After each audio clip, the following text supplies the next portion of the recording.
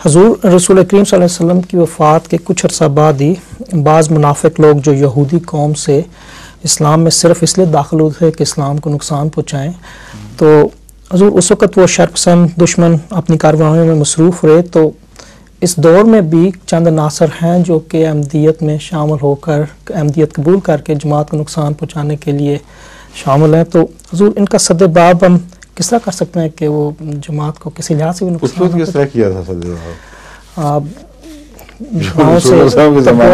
तकवा से दुआओं से अलर्ट रहना चाहिए कि अपनी बाउंड्रीज को पहले जी किया जा चुके हैं, वही आज भी इलाज है।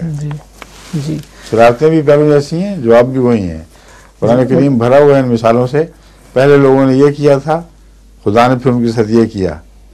पहले लोगों ने ये किया, मोमिन ये करते थे जी। जो पहले करते थे वही रसूल सल्लल्लाहु अलैहि वसल्लम के ज़माने में भी करते थे, वही आइंदा भी करेंगे। तो कई बार इसके जवाब दिए जा चुके हैं। जी। सिर्फ ज़्यादा मुस्तैदी और दुआओं की ज़रूरत है। जी ठीक।